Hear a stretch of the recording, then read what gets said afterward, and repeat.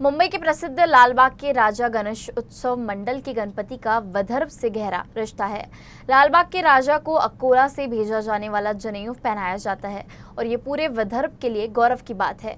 पिछले 12 वर्षों से ये जनेऊ अकोला के श्याम चेंगड़े द्वारा बनाया जा रहा है और ये सम्मान न केवल उनके लिए बल्कि पूरे अकोला के लिए गौरव की बात बन गया है।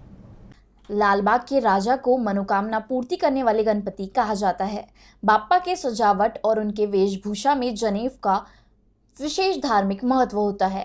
खास बात तो यह है कि अकोला के श्याम चेंगड़े सूत से बना जनेऊ लालबाग के राजा के लिए भेजते हैं।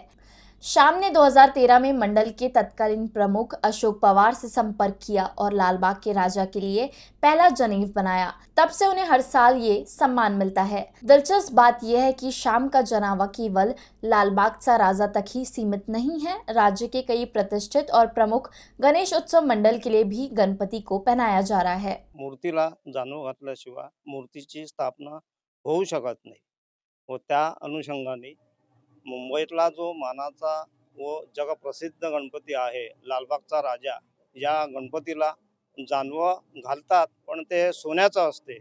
हे शास्त्राला अनुसरून नसल्यामुळे माझ्या मनात कल्पना आली की बा एवढा मोठा मूर्तीला कॉटनचं जानवं का नसावं, म्हणून मी त्या वर्षी मंडळाचे अध्यक्ष अशोकजी पवार यांच्याशी फोनवरून संपर्क साधला व त्यांना विचारणा केली।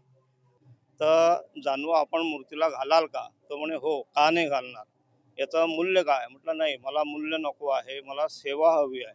तर ठीक आहे म्हणे। त्यांना मूर्तीचं माप विचारून मी जानवं पाठवलं।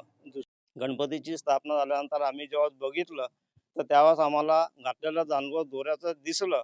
त्यावेळेसचा जो आनंद झाला हा खूप मोठा आनंद होता।